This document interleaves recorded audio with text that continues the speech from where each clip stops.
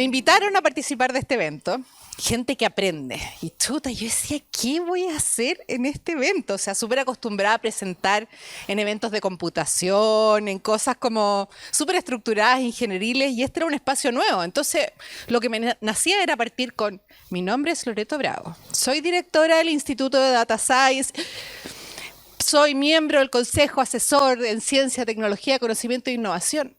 Pero ¿qué tiene eso que ver con mi proceso de aprendizaje? Entonces me embarqué en un proyecto. Desarmé toda la bodega hasta llegar a una caja que estaba al fondo, no un baúl tan lindo como este, pero fui a buscar mi baúl de los recuerdos. Y empecé poco a poco a sacar el contenido de mi baúl, como para entender un poco de dónde venía, a dónde he llegado y qué son las cosas que me ayudaron en mi proceso de aprendizaje y cómo incorporé estas cosas, todo lo que tenía ahí. Me encontré con, no sé si se acuerdan, en el colegio las notitas que uno se pasaba entre los compañeros, notitas, volví locos a mis compañeros de colegio mandándoles fotos de las cosas que había encontrado. Y encontré también un diario de vida de Hello Kitty. Y entre las cosas que encontré, como que empecé a ver qué era lo que quería contarles el día de hoy. Porque no es solo el proceso de aprendizaje en las cosas que nos salen fáciles, como mi área, que es como computación, matemáticas, sino que también descubrí que había todo un proceso que tenía que ver con las áreas que a mí no me salen naturales, que era arte, manualidades. Y en ambos habían cosas como técnicas o estrategias que yo usaba para aprender. Entonces, el mensaje, el spoiler, como cuál es el mensaje con el que quiero que se vayan hoy día, es mientras una forma de aprender las cosas que nos salen fáciles es enseñar, aunque sea un poco extraño, pero enseñar te ayuda a aprender. Y en las áreas donde a uno las cosas no le salen fáciles, el mayor obstáculo es emocional, es el querer hacer las cosas perfecto. Entonces, quiero que me acompañen un poco en este recorrido de las cosas que encontré. Mi libreta de notas de séptimo básico, donde hay una clara diferencia entre mis habilidades para las matemáticas, la ciencia, y las notas en artes plásticas, un 5, en manualidades, un 4.8. En gimnasia tenía un 5.9, que yo creo que era un acto de generosidad infinito por parte del profesor, porque no me lo merecía. Pero ya desde esa edad estaba muy marcado que yo veía que había áreas en las que tenía facilidades y áreas en las que no. Y dejé en un comienzo que eso marcara mi proceso de aprendizaje. Dejé que en el fondo empecé a profundizar más en las áreas en las que las cosas me salían fáciles, pero que no necesariamente tenían que ver con las cosas que me parecían más atractivas.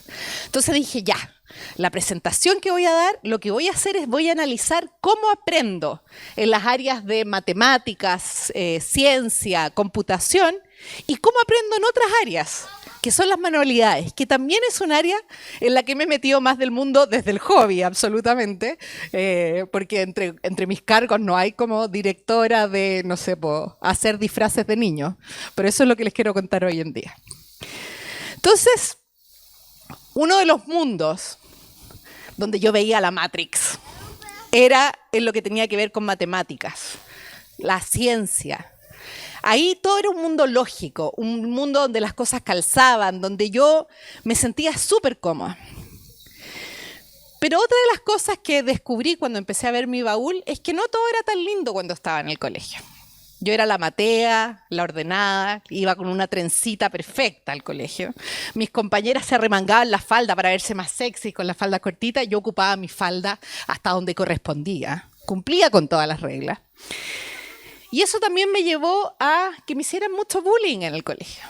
Yo estaba súper aislada por mucho tiempo dentro del curso. Entonces, inconscientemente, una de las estrategias que yo desarrollé para acercarme a mis compañeros fue enseñarles. Como para mí, el aprender la ciencia, la matemática, eran cosas que me salían naturales, yo empecé a buscar enseñarle a mis compañeros y ayudarles a que pasaran de curso. Y de hecho muchos de ellos me recuerdan así, como la que los salvó. Si uno mira después, mi anuario, no lo puse acá, pero en el anuario, es gracias a ti pasamos de curso, gracias a ti terminamos el colegio. Y sin darme cuenta, desarrollé la estrategia principal que yo he usado en mi vida para aprender, que es enseñar. ¿Cómo voy a aprender enseñando? Bueno, lo que pasa es que cuando uno estudia pensando en cómo le va a enseñar a otros, el proceso de aprendizaje es mucho más profundo.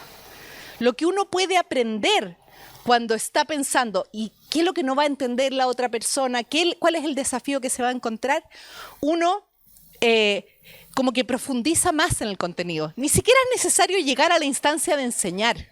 Es suficiente con al momento de estudiar preguntarse cómo voy a enseñar este contenido. Y yo dije, ya, pero no puedo ser tan revolucionaria, así como creando una nueva metodología para aprender. Entonces, como sé que esto tiene que ser algo que existía, después de encontrar estos documentos y estas ideas, me metí en Google y busqué cómo aprender enseñando. Y existe un montón de artículos científicos, de investigaciones que estudian este fenómeno que se llama, probablemente lo voy a pronunciar mal, pero de protégé effect. ¿Ya? Es el efecto de tomar a alguien como un protegido y enseñarle y como preparar ese contenido. O sea, si tú juntas a un grupo de personas y los haces que estudien una materia, y a unos les dices, oye, pero ojo, a un grupo le dices, ojo, después vas a tener que enseñar esta materia, ese grupo aprende mejor y en forma más profunda que el grupo que solo estaba aprendiendo para ellos utilizarlo. Entonces, yo así partí en el colegio enseñándole a mis compañeros. Y este es mi diario de vida de Hello Kitty. Y esto no van a entender nada, se los voy a traducir. Lo que escribí a los 15 años. Quiero estudiar algo que tenga que ver con matemáticas. Profesora, no sé, porque no tendría la paciencia de enseñarle a un niño de 7 años que 1 más 1 son 2. Ahora se me ocurre, ¿y si soy profe de universidad? Sería súper choro. Y esto fue cuando tenía 15 años. Y ahora soy profesora de universidad. Entonces fue súper emocionante encontrarse con esto en el cuaderno. Y no solo eso, sino que si yo miro mi historia de vida, cuando llegué a la universidad, al principio era súper ordenada. Me sentaba en las primeras de la fila, estudiaba todos los días, era súper metódica. Pero como en el segundo año de la carrera me bajó mi rebelión, que también está documentada en todos mis diarios de vida, y cuando llegó mi momento de rebelión, no quise ir más a la universidad. No me gustaba ir, no iba a las clases y todo, pero ¿saben lo que mantuve? Buscar un grupo de estudio al que yo le pudiera enseñar el contenido. De si habían dudas, el que se me ocurriera cómo explicarles. Es decir, yo estudiaba pensando en ese grupo de estudio. Pensaba en mis amigos, en cómo hacer para explicar el contenido. Que yo creo que esa es otra cosa que rescato de este proceso. Y es que este efecto protégé también te hace preguntarte cómo es la gente con la que vas a interactuar, con la gente que vas a trabajar, cuáles son sus necesidades, como que desarrolla también la empatía el intentar aprender con esta estrategia. Entonces, nos habíamos planteado 2 desafíos. Uno era cómo aprendo en espacios en los que estoy cómoda. En la matemática y en la ciencia es un espacio en el que estoy cómoda, por lo tanto lo que busco es enseñar. Pero hay un montón de áreas en las que no estoy cómoda. Esta foto es de mi hijo Martín, mi hijo mayor. La saqué cuando él tenía 1 año. Esta es una foto de él yendo al jardín, donde le tocaba ir disfrazado. Y mi mamá le cosió una capa en la polera y yo le compré este antifaz. Ya, podríamos decir, misión lograda. Pero el problema es que Martín, a partir de ese día, decidió que quería vivir su vida disfrazado. Esto quería decir que todos los días Martín se disfrazaba. Es más, lo pusimos en un colegio que era con ropa de calle, de tal forma que él pudiera ir disfrazado.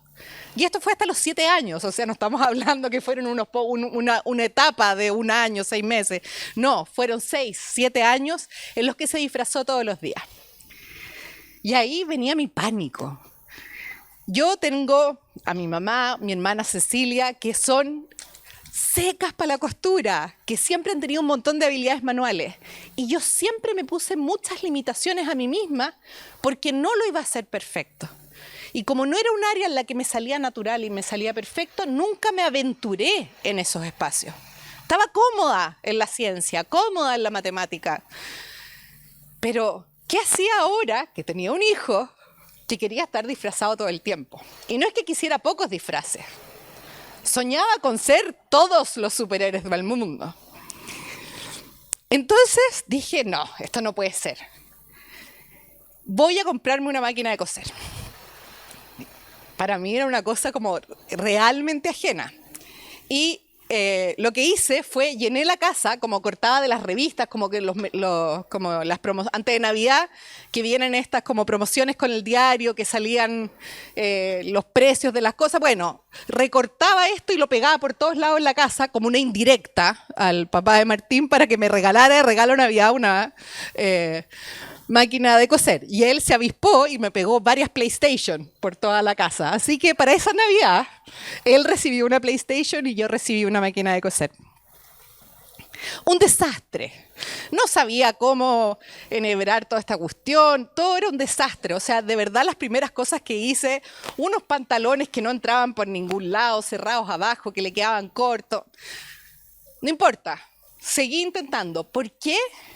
Porque incluso cuando el resultado no era perfecto, Martín estaba en llamas, se disfrazaba, se ponía el disfraz, a pesar de que todos los ángulos eran unas cosas desastrosas, las terminaciones, las hilachas colgando por todos lados, él estaba feliz.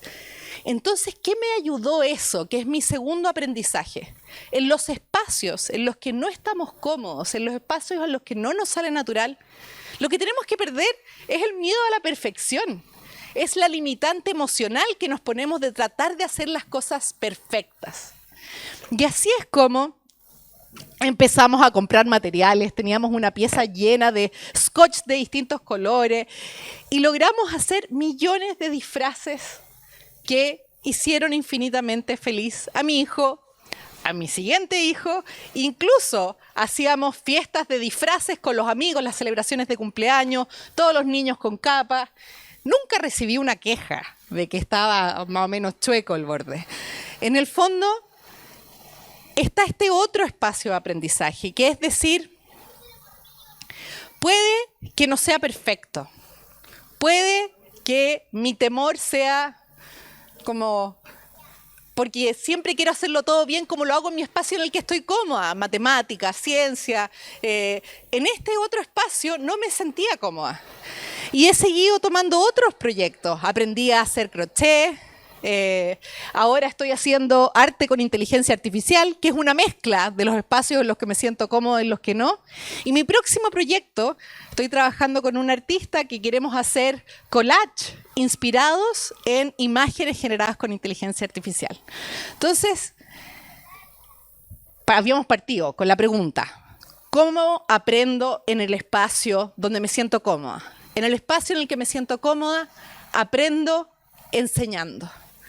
¿Y cómo aprendo en los espacios en los que no me siento cómoda? Aprendo disminuyendo mi exigencia de la perfección, sabiendo que puedo aprender. Vi un súper buen, se los recomiendo, una charla TED respecto a que uno puede aprender cualquier cosa en 20 horas. Es súper interesante porque son 20 horas donde no llegas a la perfección. Llegas a poder hacer algo en crochet, por ejemplo, pero puedes llegar a hacerlo y eso te ayuda a romper la barrera inicial, que es una barrera emocional en el aprendizaje.